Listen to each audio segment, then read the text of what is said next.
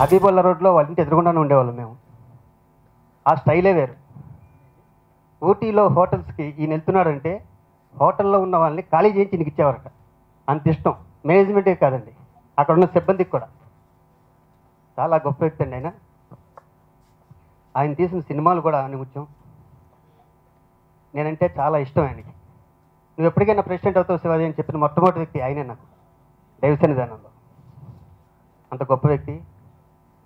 ఒక వ్యక్తిని ఇష్టపడితే ఆ వ్యక్తిని ఫాలో అవ్వాలని నమ్మే వ్యక్తిని నేను ప్రొడక్షన్ స్టార్ట్ చేశాక నా ప్రొడక్షన్లో ఏ రోజు ఒక చిన్న కంప్లైంట్ కూడా ఉండేది కాదు.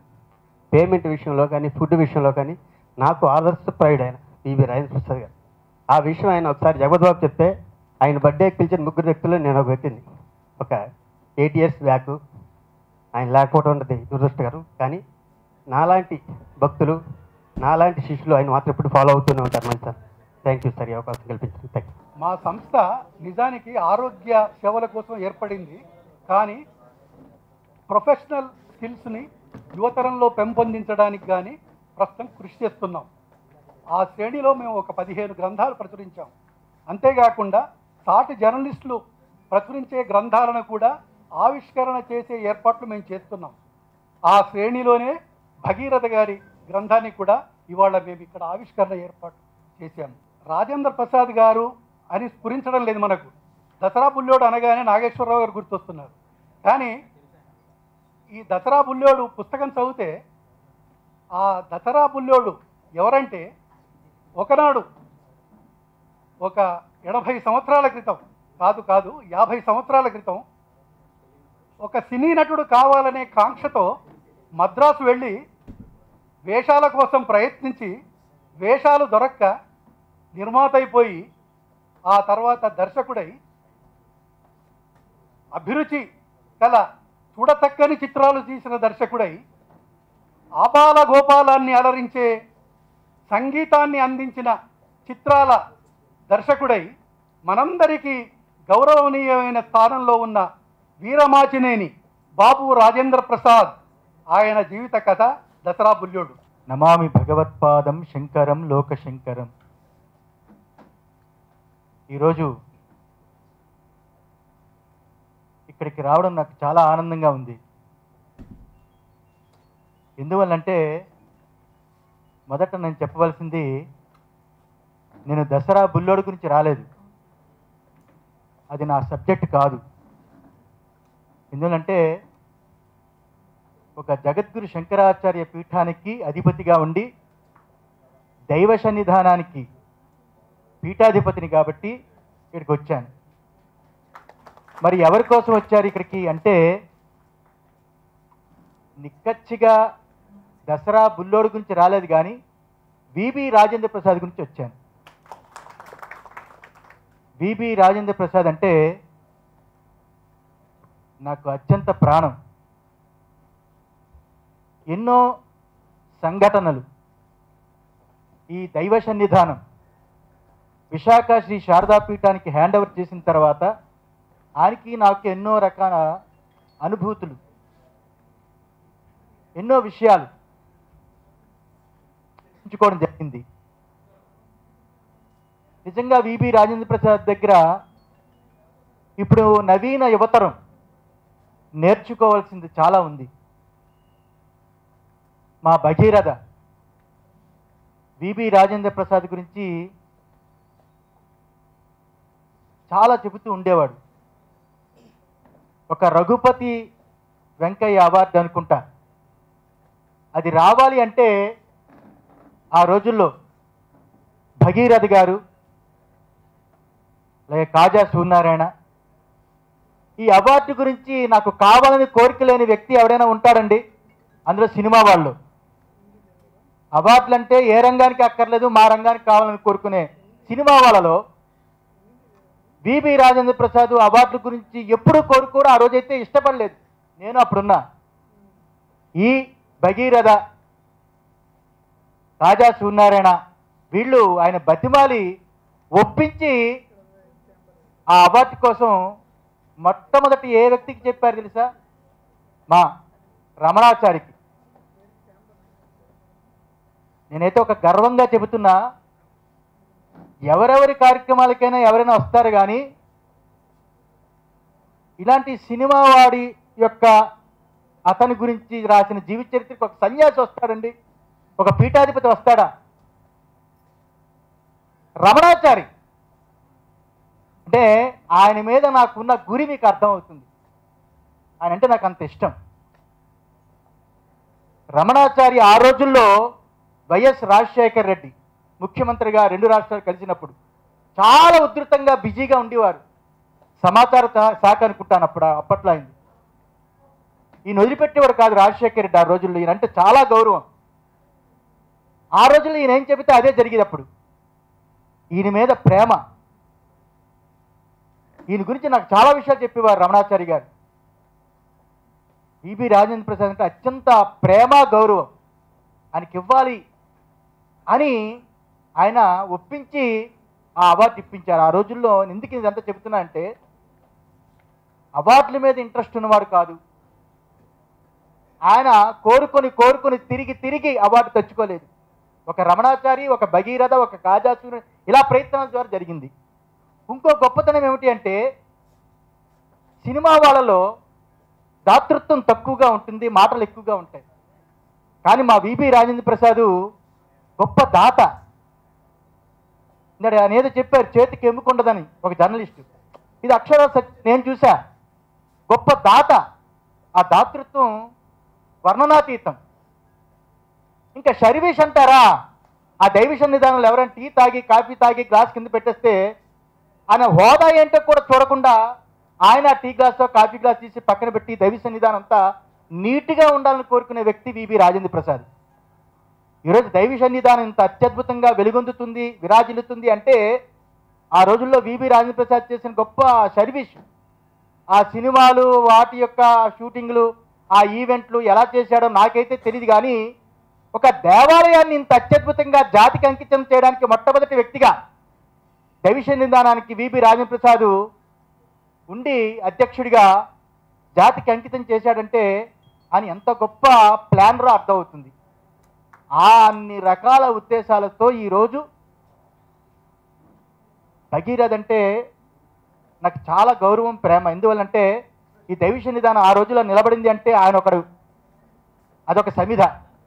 ఎంతెంతో పెద్ద ఈవెంట్లు చేసి ప్రజల్లో తీసుకెళ్ళి మీడియాను తీసుకొచ్చి మీడియా వాళ్ళందరితో పరిచయం చేసి ఈ మీడియా ద్వారా కోట్లాది మంది జనాలకి ఈ దైవ సన్నిధానం తెలియాలని తాపత్రయపడిన వ్యక్తి విబి రాజేంద్ర ప్రసాద్. ఆయనకి ఉన్న కమ్యూనికేషన్ అది.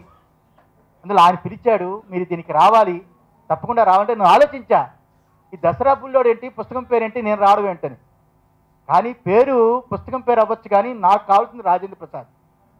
విబి రాజేంద్ర ప్రసాద్ గురించి వచ్చాను, చాలా సంతోషమైంది. వాళ్ళ అబ్బాయి, పెద్ద అబ్బాయి కూడా వచ్చాడు. ఆయన ఎక్కడ ఉన్నా ఆ దేవతల యొక్క అనుగ్రహం పరిపూర్ణంగా ఉండాలని మనసారా కోరుతూ ఆశీర్వదిస్తూ ముగిస్తున్నాను. ఈ మలిముద్రణ చాలా ఆశ్చర్యకరంగా ఒక పీఠాధిపతి చేతి మీదుగా ఆవిష్కరింపబడింది అని చెప్పనంటే స్వామివారే స్వయంగా చెప్పుకున్నట్టుగా అది దసరా బుల్లోడు ఆవిష్కరణ కాదు, విబి రాజేంద్ర ప్రసాద్ గారి యొక్క మంచితనాన్ని నేను ఆవిష్కరించినానని చెప్పిన వారు చెప్పుకున్నందుకు వారికి పాదాభివందనాలు. దైవ సన్నిధానం అనేటువంటిది ఈ ప్రాంతంలో, ఈ జంక్షన్లో ఏర్పరిచి కోడికూతతో ఏ అర్ధరాత్రి వరకు కూడా బిజీగా ఉండేటువంటి వాతావరణంలో ప్రశాంతత కోసమని, పవిత్రత కోసమని, మానసిక ఆరోగ్యం కోసమని, శారీరక దార్ఢ్యత కోసమని చెప్పని, కుటుంబ భవితం కోసమని, ఇవన్నిటిని ఆలోచించి ఇక్కడ దైవ సన్నిధానం ఉంటే బాగుంటుందని చెప్పని ఆలోచించి దాన్ని వెలుగులోకి తీసుకురావడమే కాకుండా ప్రకాశమానం చేసినటువంటి పెద్దలకు అందరికీ కూడా ఈ సందర్భంగా నమస్కారాలు. ఆ దైవ సన్నిధానానికి స్వరూపానందేంద్ర స్వామి వారు ఆశ్రమంగా దాన్ని స్వీకరించినారు. వారే పలికినట్టుగా విబి రాజేంద్ర ప్రసాద్ గారికి రఘుపతి వెంకయ్య అవార్డు వచ్చిన సందర్భంగా నేనే స్వయంగా వారి ఇంటికి వెళ్ళి, మీకు రఘుపతి వెంకయ్య అవార్డు వచ్చినందుకు మీకు కంగ్రాచులేషన్ సార్ అని చెప్పి నేను మళ్ళీ ఆఫీస్కి వెళ్ళినాను. అప్పటి నుంచి మా ఇద్దరి మధ్య పరిచయం చాలా గొప్పగా, అనుబంధం చాలా గొప్పగా ఉండింది. నాతో వారు ఎప్పుడు మాట్లాడినా దేవాలయపు ప్రసాదం ముందు ఇచ్చిన తర్వాతనే వారు నాతో పలకరించేవారు, నన్ను పలకరించేవారు. జన్మతః నేను సంప్రదాయవాదినైనా వారు అందించినటువంటి ప్రసాదం తీసుకున్న తర్వాత సంప్రదాయం అంటే ఇలా ఉండాలని చెప్పని తెలుసుకోవడానికి ఒక మంచి ఆస్కారం కలిగించినటువంటి పెద్ద మనసున్నటువంటి వ్యక్తి విబి రాజేంద్ర ప్రసాద్ గారు. నేను చైర్మన్ ఫిల్మ్ డెవలప్మెంట్ కార్పొరేషన్గా కానీ ఎండీగా కానీ ఉన్నప్పుడు కూడా ఎంతో అనుబంధాన్ని పెంచుకొని జగపతి బాబు గారు కానీ లేక మా రాజేంద్ర ప్రసాద్ గారు కానీ ఫిల్మ్ ఇండస్ట్రీ కానీ ఫిల్మ్ డెవలప్మెంట్ కోసం అని చెప్పని ఎన్నో సందర్భాల్లో చర్చించుకునేవాళ్ళం. ఇంతకుముందు మా ఉడేవర్లు గారు చెప్పినట్టుగా వారు తీసినటువంటి చిత్రాలన్నీ కూడా ఇవాళకి కూడా మనం జ్ఞప్తికి పెట్టుకునే చిత్రాలు, ఇవాళకి కూడా ఎన్నిసార్లు అంటే అన్నిసార్లు చూడగలిగేటువంటి చిత్రాలు. ఒక ఆరాధన అయితేనేమి, ఒక ఆత్మబలం అయితేనేమి, ఒక అంతస్తులైతేనేమి, ఒక ఆస్తిపరులైతేనేమి, అదృష్టవంతులైతేనేమి, అన్ని ఆలతో ప్రారంభమయ్యేటువంటి ఆ సినిమాల తర్వాత దసరా బుల్లోడ్ అనేటువంటి ఈ సినిమా వేరే పదాలతో వచ్చింది. ఈ దసరా బుల్లోడ్లో మా మొట్టమొదటిగా డైరెక్టర్గా మారినటువంటి స్థితి నాగేశ్వరరావు గారి వల్ల కలిగింది. కానీ ఈ కాలం ఎంత గొప్పది అంటే ఏమనుకుని ఆయన మద్రాసుకు వచ్చాడో, ఏ తర్వాత ఏమని అయ్యాడో, ఆ తర్వాత కాలక్రమేణా వారు దైవ సన్నిధానంలో ఎంత గొప్ప భక్తుడిగా మసులుకున్నారో ఇవన్నీ కూడా ఫిల్మ్ ఇండస్ట్రీలో వారిని తెలిసిన వాళ్ళు, వారిని గురించి శ్రేయోభిలాషులు వాళ్ళకందరికీ తెలిసిన విషయమే. ఆశ్చర్యం ఏంటంటే విబి రాజేంద్ర ప్రసాద్ లాంటి సున్నితత్వం కలిగినటువంటి మనిషి మీద కూడా దైవ సన్నిధానంలో జరుగుతున్నటువంటి కొన్ని విషయాల మీద ఎండోమెంట్ డిపార్ట్మెంట్లో నేను కమిషనర్గా ఉన్నప్పుడు కానీ, నేను సెక్రటరీగా ఉన్నప్పుడు కానీ కొంతమంది పనిగట్టుకొని కంప్లైంట్స్ చేసేటువంటి వాళ్ళు చేస్తున్నారని చెప్పనే విషయం నా దృష్టికి వచ్చినప్పుడు ఒకటే చెప్పాను. ఎక్కడైతే ఒక కార్యక్రమం చాలా గొప్పగా జరుగుతూ ఉంటుందో ఆ కార్యక్రమం గొప్పగా జరిగినప్పుడు అందరూ మనల్ని హర్షించరు, అందరూ మనల్ని సహించరు. ఏ కొద్దిమందితో తప్పకుండా రకరకాల వాళ్ళు ఉంటారు. కానీ ఆ స్వామివారి యొక్క కైంకర్యాన్ని అద్భుతంగా దృఢచిత్తంతో నిశ్చలమైనటువంటి భావంతో, భక్తిభావంతో చేస్తే మనకి ఏ రకమైనటువంటి బాధ ఉండదని చెప్పడం జరిగింది. వారు జీవించినంత కాలం స్వామి భక్తుడిగా, ఒక స్వామి సేవకుడిగా, భగవంతుడి సేవకుడిగా ఉండడం అనేటువంటిది చిత్రసీమలో అదొక రకమైనటువంటి గొప్ప మలుపని నేను మాత్రం భావిస్తాను. గుడిపాటి వెంకటచరం గారు మలి దశలో మా రమణ మహర్షి ఆశ్రమంలో శిష్యుడిగా జాయిన్ అయినట్టుగా విబి రాజేంద్ర ప్రసాద్ గారు సినీ పరిశ్రమ నుండి ఒక దైవ సన్నిధానాన్ని ఏర్పాటు చేయడం కోసం తన జీవితాన్ని ఆఖరి దశలో ఆయన త్యాగం చేశారు. ఆయన సేవా కార్యక్రమం అనుకుని దాన్ని ఎంతో గొప్పగా తయారు చేశారు. ఈ ఫిలిం నగర్లో ఏకైక లోటు అలాంటి దైవ సన్నిధానం. దాన్ని ఏర్పాటు చేయటానికే ఆయన ఈ పరిశ్రమ నుండి దైవ సన్నిధానాన్ని ఇంత పవిత్రంగా, ఇంత సేవా మార్గంలో అందరికీ ఆదర్శనీయుడిగా దాన్ని తయారు చేశారు. అలాగే మా తరానికి విబి రాజేంద్ర ప్రసాద్ గారు చిత్ర నిర్మాతగా, దర్శకుడిగా తెలియదు. ఆయన గురించి ఎవరెవరో చెబుతుంటే వినడమే. నిక్కచ్చితనానికి, నిజాయితీకి, అలాగే అందరికీ 2 రెళ్ళు 4 అని తెలుసు, ఆయనకి మాత్రం 2 రెళ్ళు 6 అని తెలుసు. తన వల్ల ఎవరు ఇబ్బంది పడకూడదు, తను నష్టపోయినా కూడా తనకు పనిచేసిన వాళ్ళు ఎవరికి కూడా ఇబ్బంది కలగకూడదని చెప్పి ఆస్తులు అమ్మి వాళ్ళందరికీ కూడా ఇవ్వాల్సిన దానికంటే ఎక్కువగా ఇచ్చి అందరినీ సంతృప్తిపరిచిన గొప్ప మార్గదర్శకుడైన నిర్మాత. చాలామంది నిర్మాతలకి మార్గదర్శకుడైన. సో అలాంటి గొప్ప వ్యక్తి నిజంగా ఇలాంటి ఒక ఆత్మకథ భగీరథ గారి కృషితో ఇలా రావటం, చదివించేటట్టుగా శైలి ఉంది. ఎన్నో విశేషాలు ఆయన తాతగారి దగ్గర నుంచి చదువుతూ ఉంటే ఒక చరిత్ర, ఒకప్పటి చరిత్ర మనం నెవరు వేసుకున్నట్టు ఎంత గొప్పగా ఉంది. సో మళ్ళీ ముద్రణకి రావటం అంటే పెద్దలు రమణాచార్య గారు చెప్పినట్టు మామూలు విషయం కాదు. ఇవి మరిన్ని మళ్ళీ ముద్రణలు నోచుకుని సినిమా పరిశ్రమలో నిర్మాతలందరికీ ఒక ఆదర్శనీయమైన గ్రంథంగా ఉంది కాబట్టి అందరూ పఠించి ఎన్నో కొన్ని మంచి విషయాలు ఆయన చేసిన ఒప్పులు, ఆయనే అన్నారు నేను కొన్ని తప్పులు కూడా చేశాను, ఆయన ఒప్పుకున్నారు. సో ఒప్పుల్ని మీకు ఉపయోగపడుతుందేమో అని ఇది నేను ఆత్మకథగా వస్తోంది అని చెప్పారు. సో ఆ ఒప్పులు మాత్రం తీసుకుని అందరూ ప్రేరణ పొంది ఆయన మార్గంలో నడిస్తే ఆయనకి నిజమైన నివాళి. సో అలాంటి గొప్ప వ్యక్తికి నివాళి అర్పిస్తూ ఇంత మంచి అవకాశాన్ని కల్పించిన దర్శక సంఘం అధ్యక్షుడిగా ఇక్కడికి ఆహ్వానించినందుకు భగీరథ గారికి మరొకసారి కృతజ్ఞతలు తెలియజేస్తూ, జాతీయ అవార్డులు వచ్చినటువంటి పరిస్థితి మనకందరికీ తెలుసు. చానాళ్ళ తర్వాత శతమానం భవతి లాంటి చిత్రం ఒకటి, పెళ్లి చూపులు లాంటి చిత్రం ఒకటి, అలాగే మన వాళ్ళకి మరో 2 అవార్డ్స్ కూడా వచ్చినాయి. ఈ అవార్డ్స్ రావడంలో కూడా ఒక కమిటీ ఏదైతే ఉందో ఆ కమిటీలో పిసి రెడ్డి గారు ఉన్నారు, సివి రెడ్డి గారు ఉన్నారు. గౌరవనీయులు పిసి రెడ్డి గారు, గౌరవనీయులు సివి రెడ్డి గారితో పాటు ఇప్పుడు మన మధ్య ఈ సమావేశంలో ఉన్నటువంటి గౌరవనీయులు శ్రీ ఉమామహేశ్వరరావు గారు అట్లాగే భగీరథ్ గారు ఉన్నారు కాబట్టి కమిటీలో ఉండి మన తెలుగు వాళ్ళకి ఆత్మగౌరవాన్ని పెంచి మన తెలుగు చిత్రసీమకి ఒక జాతీయ ఖ్యాతిని తీసుకొచ్చినటువంటి ఈ కమిటీ సభ్యుల్ని మనమందరం కూడా కరతాళ ధ్వనుల ద్వారా అభినందిద్దాం. దయచేసి ఎప్పుడైతే కమిటీ సభ్యులు ఉంటారో ప్రతి క్షణం కూడా ఆలోచించాల్సింది ఏమిట్రా అని చెప్పంటే మనం ఈ జాతి గురించి అయితే మనం అక్కడ ఉన్నామో కమిటీలో మనం ఎంతవరకు న్యాయం చేయగలుగుతామని ఆలోచన చేయాలి. కాబట్టి ఈ సంవత్సరం అలాంటి ఆలోచనకి అంకురార్పణ జరిగిందని చెప్పి నేను భావిస్తూ ముందుగా శ్రీ ఉమామేశ్వరరావు గారిని ఆ తర్వాత శ్రీ భగీరథ గారిని ఈ సందర్భంగా సత్కరించుకోవాలనేటువంటి ఒక సంకల్పం కలిగింది. మా రమేష్ ప్రసాద్ గారు, దాదా సూర్యనారాయణ గారు, ఇతర పెద్దలందరూ కూడా సమక్షంలో వరదాచారి గారిని ఉదయవర్ల గారిని చూస్తా అంటే దాదాపుగా 40 సంవత్సరాల క్రితం వారు సారథి స్టూడియోలో ఎంత యాక్టివ్గా ప్రెస్ కాన్ఫరెన్స్లకు వచ్చేవాళ్ళో నాకు బాగా గుర్తుకొస్తాం. నాకు రాజేంద్ర ప్రసాద్ గారు 1969-70లో అదృష్టవంతులు అనే సినిమా తీశారు. అప్పటి నుంచి నాకు వారితో పరిచయం. నేను అప్పుడు 1970 నుంచి సారథి స్టూడియో మేనేజర్గా ఉండేవాడిని. ఈ దసరా బుల్లెట్కి కానివ్వండి, వారు తీసిన బంగారు బాబుకి కానివ్వండి, పిచ్చి మహారాజుకి కానివ్వండి, వారు తీసిన ఆ సినిమాలకు అన్నిటికీ కూడా సారథి స్టూడియోలో ఆ రోజుల్లో నెట్ సెట్లు ఎక్కువగా వేయిస్తూ ఉన్నాను, సెట్స్ వేయిస్తూ ఉండాం. తర్వాత రాజేంద్ర ప్రసాద్ నేను కలిసి 16 సంవత్సరాలు ఫిలిం నగర్ హౌసింగ్ సొసైటీగా వారి అధ్యక్షులుగాను నేను కార్యదర్శిగాను చాలా బ్రహ్మాండంగా పనిచేశాం. మా 16 సంవత్సరాలు చేసిన ఆ కాలంలోనే ఈ ఫిలిం నగర్ ఎంతో డెవలప్ అయింది. వారి అనుమతితోనే ఈ ఫిలిం నగర్లో ఒక బ్రహ్మాండమైన ఎలక్ట్రికల్ సబ్స్టేషన్ తీసుకొచ్చాం, ఒక ఫైర్ స్టేషన్ తీసుకొచ్చాం, ఒక film Nagar cultural centre club ఏర్పాటు చేయగలిగాం, అట్లాగే ఫిలిం నగర్ దైవ సన్నిధానాన్ని ఏర్పాటు చేయగలిగాం. ఇప్పుడు నేను చెప్పిన ఇవన్నీ కూడా వారి అనుమతి, ఆనాడున్న కమిటీ అనుమతి, ఆనాటి ఈ రోజు వరకు ఫిలిం నగర్ సొసైటీ సభ్యుల సహకారంతో మా ఫిలిం నగర్ సొసైటీ స్థలంలోనే ఇవన్నీ నిర్మించబడినాయి. ఇవన్నీ నిర్మించబడటానికి కారణం ఆయన ప్రెసిడెంట్గా ఉండటం మూలంగానే, నేను కార్యదర్శిగా ఉండటం మూలంగాను, మా అందరి సహకారంతో ఇన్ని సంస్థలు ఇక్కడికి వచ్చినాయని చెప్పి మీకు సభాముఖంగా తెలియజేసుకుంటున్నాను.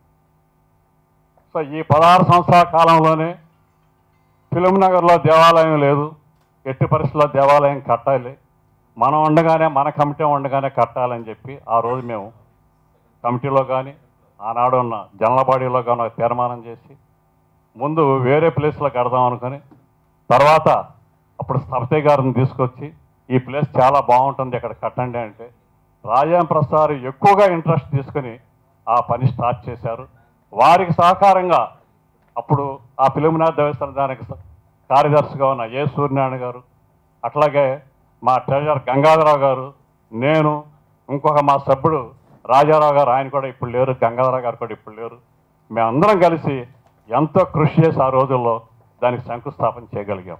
రాజేంద్ర ప్రసాద్ గారితో నాకు 3.5 దశాబ్దాల అనుబంధం ఉంది.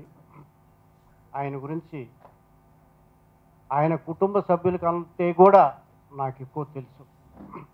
అందుకే ఆయన మీద పుస్తకం రాయాలనుకున్నప్పుడు దసరా బుల్లోడను పెడదామండి అని అన్నా. నాకేం అభ్యంతరం లేదు, నాగేశ్వరరావు గారిని అడగండి అన్నాడు.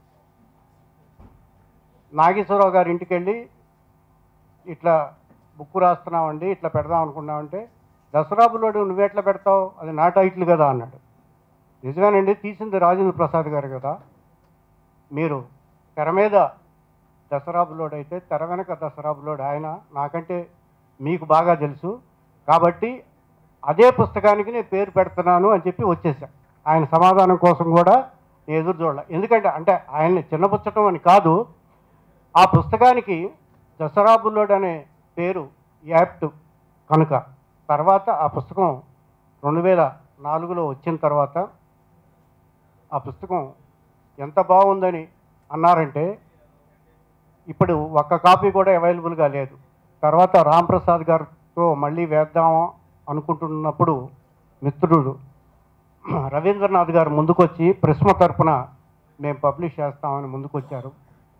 ఆ తర్వాత రాజేంద్ర ప్రసాద్ గారు ఉండగా 2004లో ఈ పుస్తకం పబ్లిష్ చేయటం జరిగింది. ఆ తర్వాత వారు చనిపోయేంత వరకు కూడా మళ్ళీ దీన్ని కొనసాగింపుగా రాశాము. వాటన్నిటికంటే కూడా ఇప్పుడు కూడా రాంప్రసాద్ గారు కానీ, కుమార్ గారు కానీ, జగపతి బాబు గారు కానీ ఎప్పుడూ లో ప్రొఫైల్లో ఉండే మనుషులు. కానీ ఈ పుస్తకానికి మా నాన్నగారి గురించి, జగపతి సంస్థ గురించి మేము రాస్తామన్నప్పుడు నాకు చాలా ఆనందం వేసింది. ఆ అనుభవాలు కూడా చాలా బాగున్నాయి. అందుకనే ఈ పుస్తకానికి మళ్ళీ ఇన్ని సంవత్సరాల తర్వాత రాజేంద్ర ప్రసాద్ గారు చనిపోయిన తర్వాత జరుగుతున్నటువంటి కార్యక్రమం ఇది. అందుకే 2 వారాల క్రితం ఈ కార్యక్రమాన్ని ఏర్పాటు చేద్దాం అనుకున్నా కూడా నాకు అత్యంత ఆత్మీయులు మా రమణాచారి గారు, పూజ్య స్వామీజీ గారు, వారిద్దరు లేకుండా ఈ కార్యక్రమం వద్దని నేను అనుకున్నాను. రమణాచారి గారితో అంటే నేను వచ్చిన తర్వాత పెట్టుకుందామన్నారు. స్వామీజీ గారు కూడా చెప్పారు. ఇవాళ ఈ కార్యక్రమాన్ని ఏర్పాటు చేయటం జరిగింది. ఈ కార్యక్రమానికి మాకు అన్ని విధాల సహకరించినటువంటి రవీంద్రనాథ్ గారు, రాంప్రసాద్ గారు, తర్వాత నా మిత్రుడు సంధ్య రవి గారు, నాకు ఎప్పటి నుంచి ఏ కార్యక్రమం చేసినా నేనున్నానని మా రాంబాబు, మిగతా మిత్రులందరూ, తర్వాత ఈ కార్యక్రమం ఉంది అనగానే మన అసోసియేట్ నుంచి పెట్టుకుందామని ప్రోత్సహించినటువంటి మా వరదాచారి గారు, ఉడైవర్లు గారు, లక్ష్మణరావు గారు, మా అందరికీ కూడా, తర్వాత మా దైవ సన్నిధానం చైర్మన్ మురళీమోహన్ గారు, కార్యదర్శి కుటుంబరావు గారు, కాకర్ల కృష్ణ గారు, మిగతా మిత్రులందరికీ కూడా పేరు పేరున కృతజ్ఞతలు తెలియజేస్తున్నాను. రమణాచారి గారి ఆత్మీయత అనేది నేను ఎప్పటికీ మర్చిపోలేను. ఏ కార్యక్రమం అయినా వారు ఉండాల్సిందే. అలాగే ఈ సందర్భంగా ఇంకొక విషయం కూడా తెలియజేస్తాను. జగపతి రాజేంద్ర ప్రసాద్ గారికి రఘుపతి వెంకయ్య నాయుడు అవార్డు వచ్చిందంటే అది కేవలం మా రమణాచారి గారి కృషి వల్లనే. అది అందరికీ తెలిసిన విషయం. సభాముఖంగా రాజేంద్ర ప్రసాద్ గారికి సంబంధించిన సభ కాబట్టి మరోసారి రాజేంద్ర ప్రసాద్ గారు లాంటి విఘ్నులు, ఉత్తమోత్తమైనటువంటి నిర్మాత గుర్తించి అవార్డుని ఇచ్చినటువంటి ఆనాటి ముఖ్యమంత్రి రాజశేఖర్ రెడ్డి గారు, రమణాచారి గారు, సార్ మిమ్మల్ని ఎప్పుడు మర్చిపోలేము. Thank you sir, thank you very much.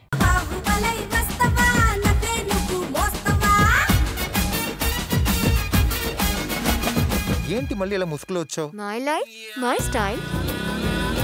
ముసుగులేంద్రా కొత్త ఆట? వాళ్ళకి అవసరం, మనకు అవకాశం. నీలాంటి గొప్ప అమ్మాయి నాకు భార్య అవుతున్నందుకు ఐఎమ్ సో లక్కీ కన్యక. ప్లీజ్ అండి, మావిడ వచ్చేస్తుంది, మీరు వెళ్ళండి.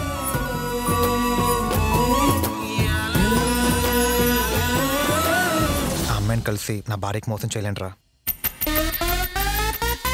నువ్వు ఇలాంటి వాడివని నేను అస్సలు అనుకోలేదు.